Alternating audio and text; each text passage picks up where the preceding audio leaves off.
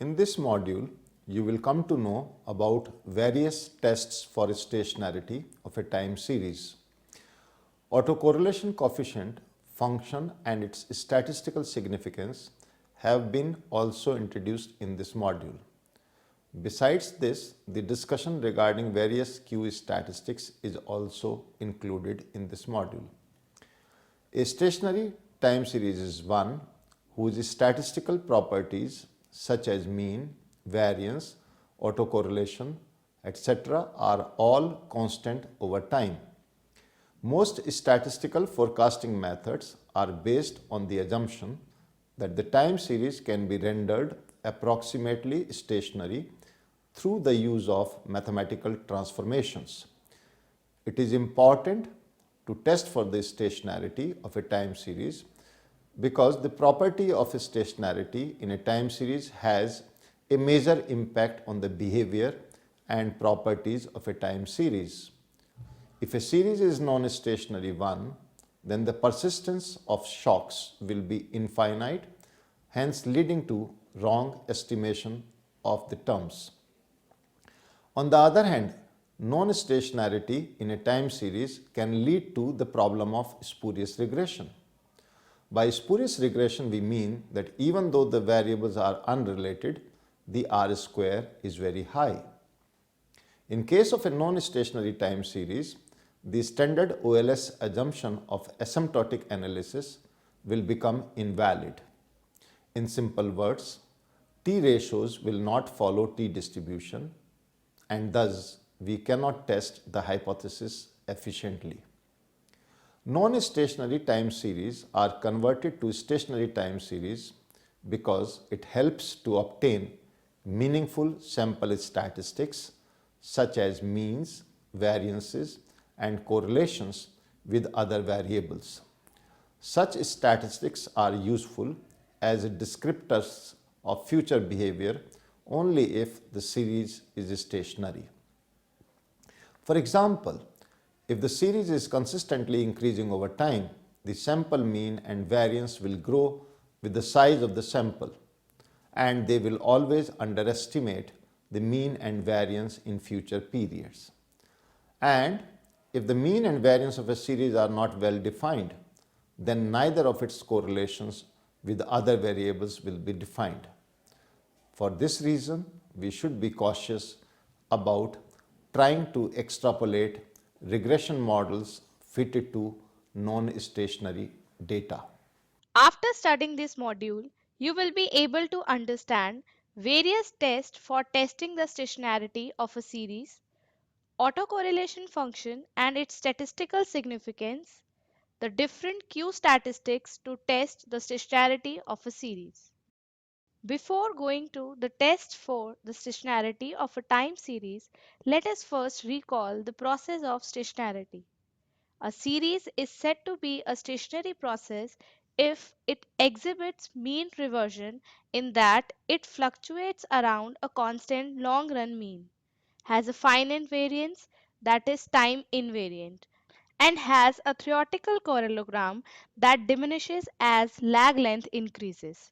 Therefore, it becomes important to know the measures to test the stationarity of a time series.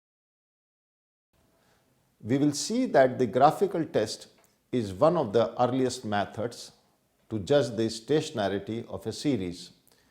If the graph shows a constant trend, it implies that the series taken into consideration is a stationary time series. On the other hand, if the graph shows an increasing, decreasing or even haphazard trend, it implies that the series is a non-stationary time series. A stationary time series can be graphically depicted as follows. On the other hand, non-stationary time series can be shown like this.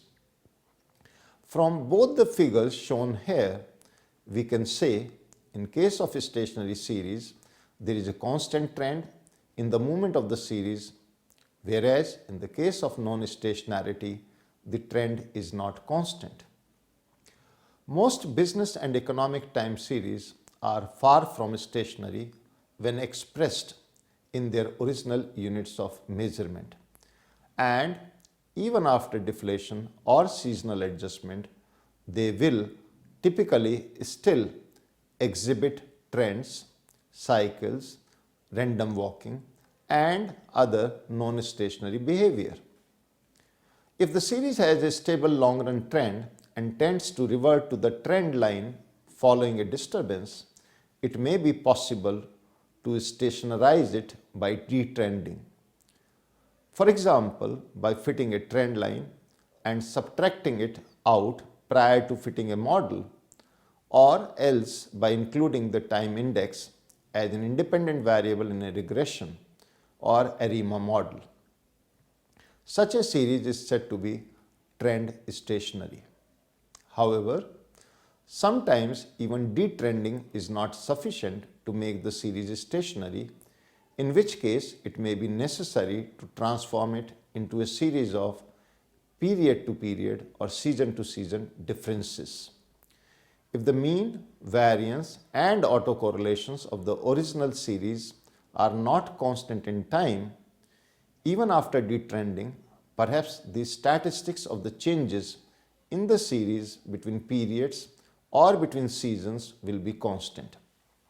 Such a series is said to be difference stationary. Sometimes it can be hard to tell the difference between a series that is trend stationary and one that is difference stationary, and then a unit root test may be used to get a more definitive answer. It is important to test for the stationarity of a time series because the property of stationarity in a time series has a major impact on the behavior and properties of a time series. If a series is a non-stationary one, then the persistence of shocks will be infinite, hence leading to the wrong estimation of the terms. Non-stationarity in a time series can lead to the problem of spurious regression. By spurious regression, we mean that even though the variables are unrelated, the R square is very high.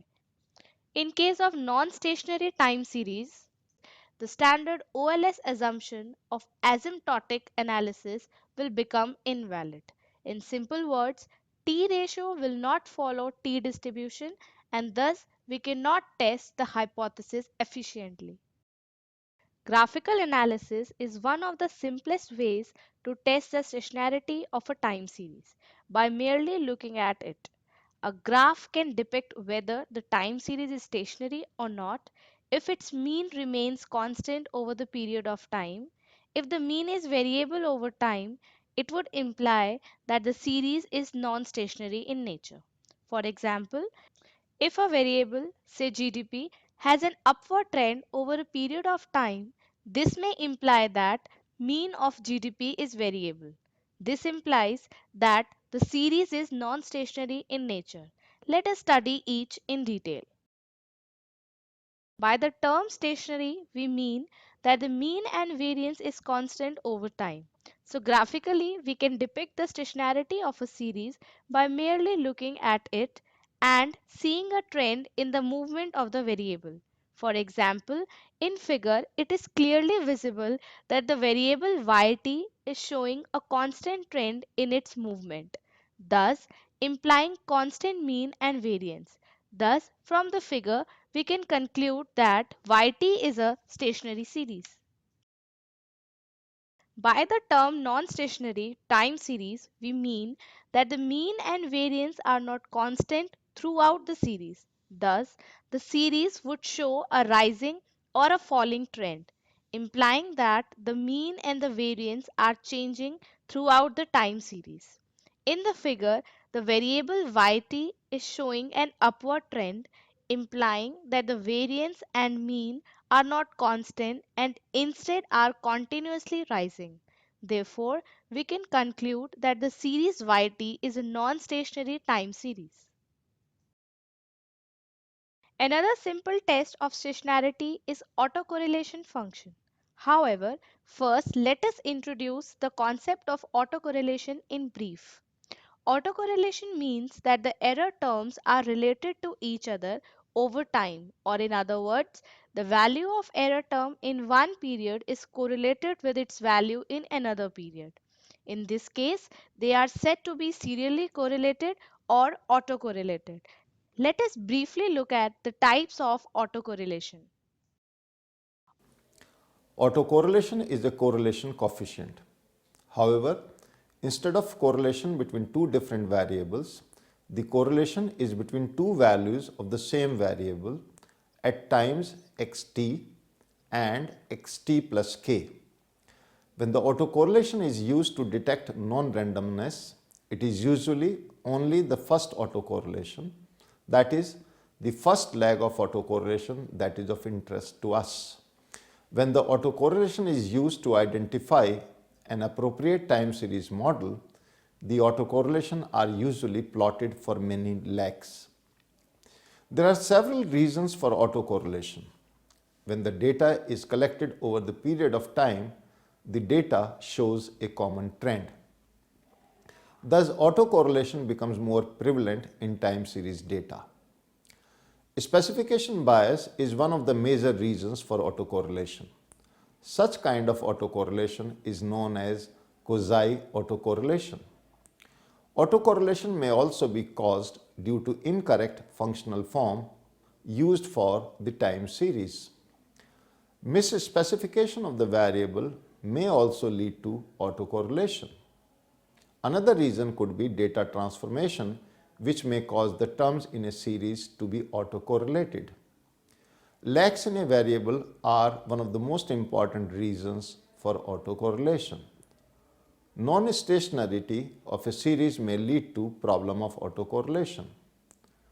An important guide to the persistence in a time series is given by the series of quantities called the sample autocorrelation coefficients, which measure the correlation between observations at different times. The set of autocorrelation coefficients arranged as a function of separation in time is the simple autocorrelation or ACF. Assume n pairs of observations on two variables x and y. The correlation coefficient between x and y is given by R, which is equal to sigma x minus x bar into y minus y bar divided by the under root of sigma x minus x bar square into root of sigma y minus y bar square, where the summations are over n observations. A similar idea can be applied to time series for which successive observations are correlated. Instead of two different time series, the correlation is computed between one time series and the same series lagged by one or more time units. For the first order autocorrelation, the lag is one time unit. The first order autocorrelation coefficient is the simple correlation coefficient of the first n minus 1 observations xt, where t is equal to 1 to n minus 1, and the next n minus 1 observations of xt, where t is equal to 2, 3 and so on up to n. Commonly used statistical approaches often assume that the measured outcomes are independent of each other.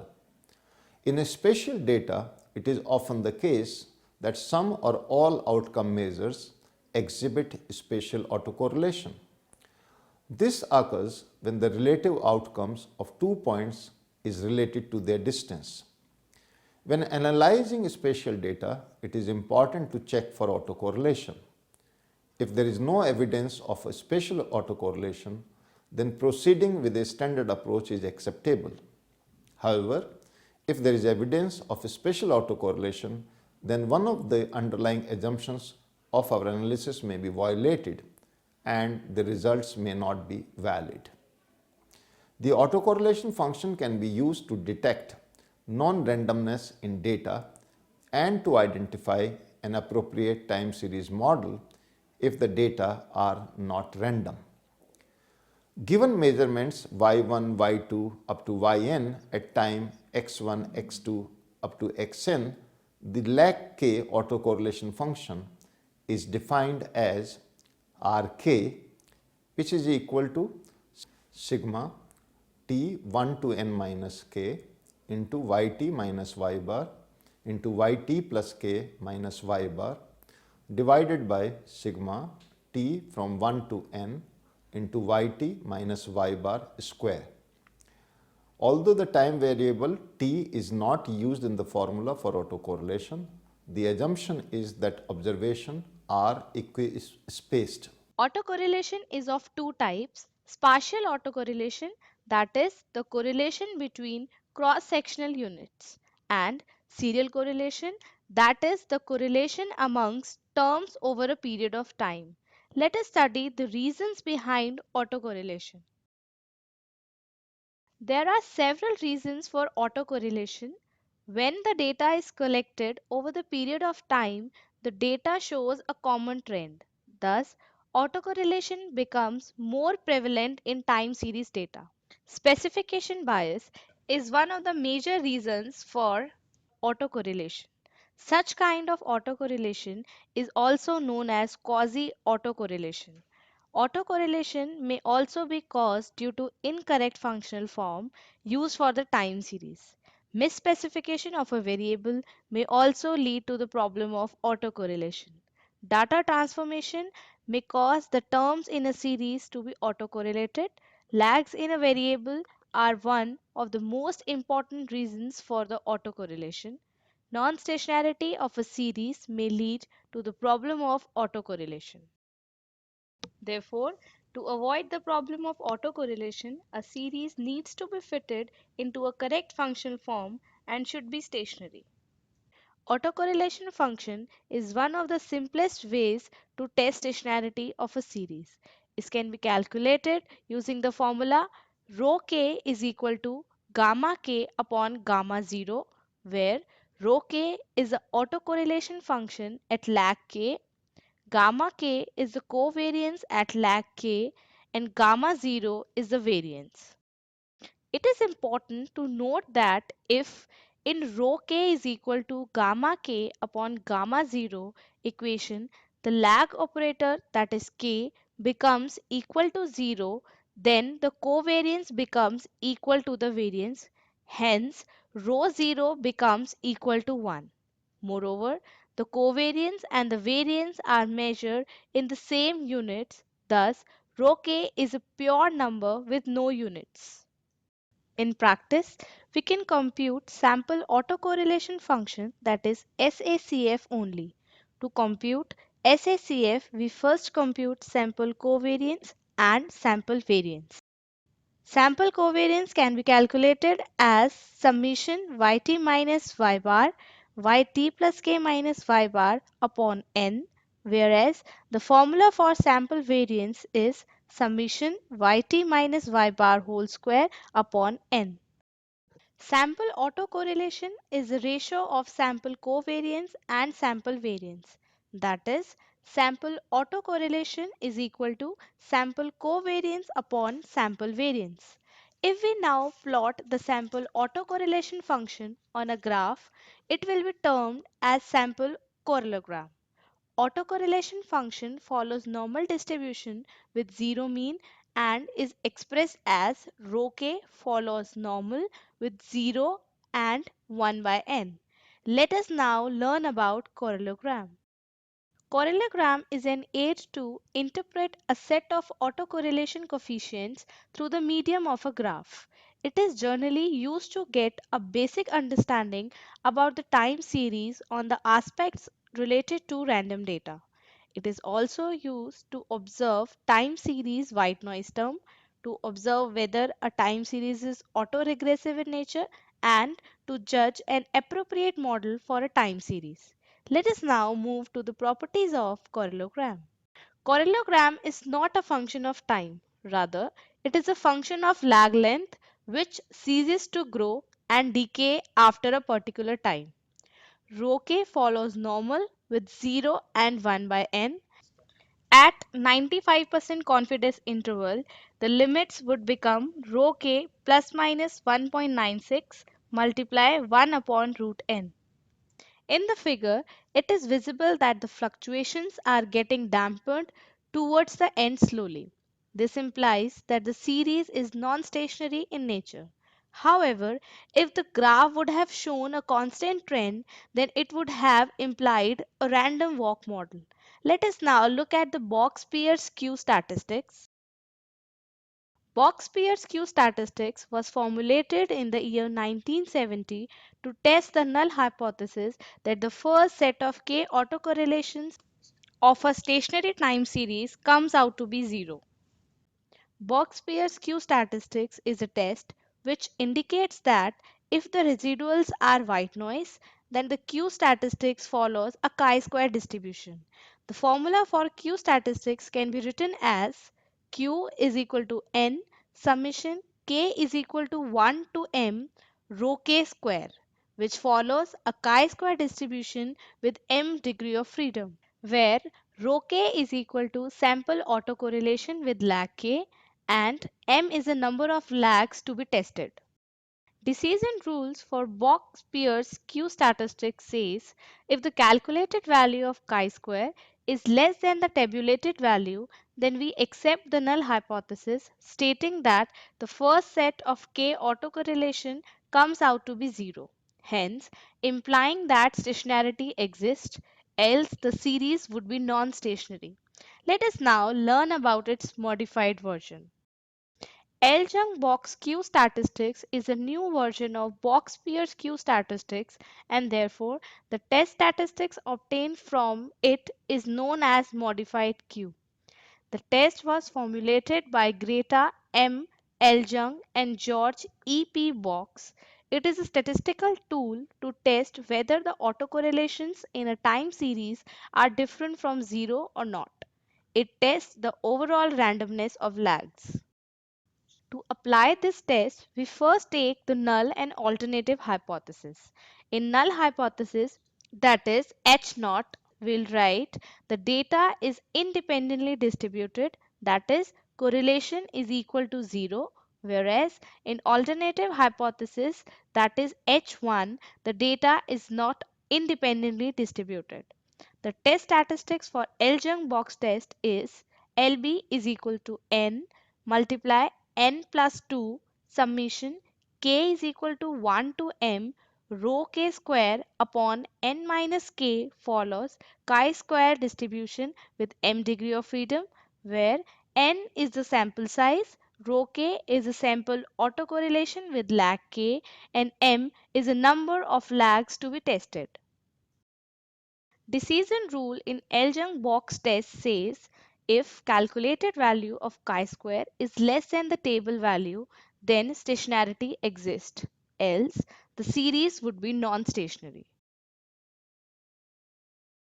The Q statistic is a test statistic output by either the Box-Pierce test or in a modified version which provides better small sample properties by the Ljung-Box test. It follows the chi-squared distribution. It is used to test whether a series of observations over time are random and independent. If observations are not independent, one observation can be correlated with a different observation k time units later, a relationship called autocorrelation, which can decrease the accuracy of a time-based predictive model, such as time series plot, and lead to misinterpretation of the data. For example, an electronics company tracks monthly sales of batteries for 5 years. They want to use the data to develop a time series model to help forecast future sales. However, monthly sales might be affected by seasonal trends. For example, each year an increase in sales occurs when people buy batteries for Christmas toys. Thus, a monthly sales observation in 1 year could be correlated with a monthly sales observations 12 months later, a lag of 12. Before choosing their time series model, they can assess autocorrelation for the monthly differences in sales. The Ljung-Box Q, which is LBQ statistic, tests the null hypothesis that autocorrelations up to lag k equals 0. That is, the data values are random and independent up to a certain number of lakhs, in this case 12. If the LBQ is greater than a specified critical value, autocorrelations for one or more lakhs might be significantly different from 0, indicating the values are not random and independent over time.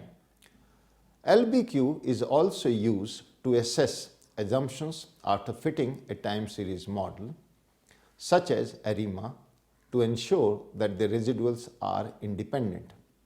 The Ljung-Box is a modified version of the box-Pierce chi-square statistics. In this module, we have seen the graphical method of testing stationarity is one of the simplest method. In case of a stationary time series, the endogenous variable will show a constant movement throughout the time period. In the non-stationary time series, the endogenous variable will either show an increasing or decreasing trend over the time period. Autocorrelation means that the error terms are related to each other over time, or in the other words, error term in one period is correlated with its value in another period. Then they are said to be serially correlated or autocorrelated. Autocorrelation is of two types. Firstly, the spatial correlation, in which the correlation exists among the cross-sectional units. Secondly, serial correlation, in which correlation exists over a period of time. Autocorrelation can be calculated using the formula rho k is equal to gamma k upon gamma 0. In simple words, it is a ratio of covariance with lag k and variance. Correlogram of a time series is a test to determine the stationarity of a time series. It is a graph of autocorrelation keeping in view the lags taken into consideration. In case of a stationary time series, the correlogram dampens towards the ends quickly, while for the non-stationary time series, it dampens slowly. In case of a pure random series, the autocorrelations at all lags are equal to 0. In this module, we have seen it is important to test the stationarity of the time series and the several methods to test the stationarity of the time series, like graphical methods and autocorrelation function. We have also studied about the autocorrelation and its types, namely spatial autocorrelation, that is correlation between cross-sectional units, and serial correlation, that is the correlation among terms over a period of time. We have understood the several reasons that leads to the problem of autocorrelation, like specification bias, incorrect functional form, misspecification, data transformation, lags, and non-stationarity. In practice, we can compute simple autocorrelation function only. To compute SSCF, we first compute sample covariance and sample variance. Sample covariance can be calculated using the formula sigma yt minus y bar into yt plus k minus y bar upon n, whereas sample variance can be calculated using the formula sigma yt minus y bar square divided by n. In other words, the sample autocorrelation function is the ratio of sample covariance and sample variance. By plotting the sample autocorrelation function on a graph, we get sample correlogram. It is generally used to get a basic understanding about the time series or to judge an appropriate model for a time series. We have also learnt about box-Pierce Q statistic, which indicates that if the residuals are white noise, then the Q statistics follows a chi-square distribution. Therefore, we can calculate the Q statistic as follows. Q is equal to n sigma k is equal to 1 to m qk square distributed as chi-square with m degrees of freedom, and its modified version, that is Ljung's box Q statistics.